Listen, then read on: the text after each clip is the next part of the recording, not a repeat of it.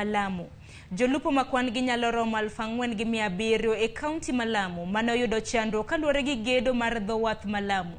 Biro yudo chudo mar omenda maromo siling bilion 1.7 e kinde mar ndalo 45 bang' keto sei e chenro mar yudo chudo.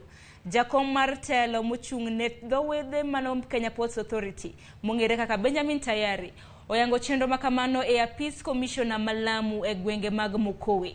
Chenro notimore tok ka doho mar aluora golo chik ne piny owacho kokalo kuom duol mano mar KPA mondo chul jolupo bang' kaka mane gitimie lupo tigodo e yaro dho wath mano ma Lamu.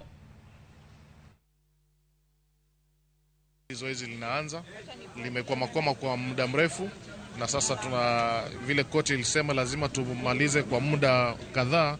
Tunataka tuhakikishe kwamba tumemaliza katika ule muda ambao tulipatiwa na mahakama.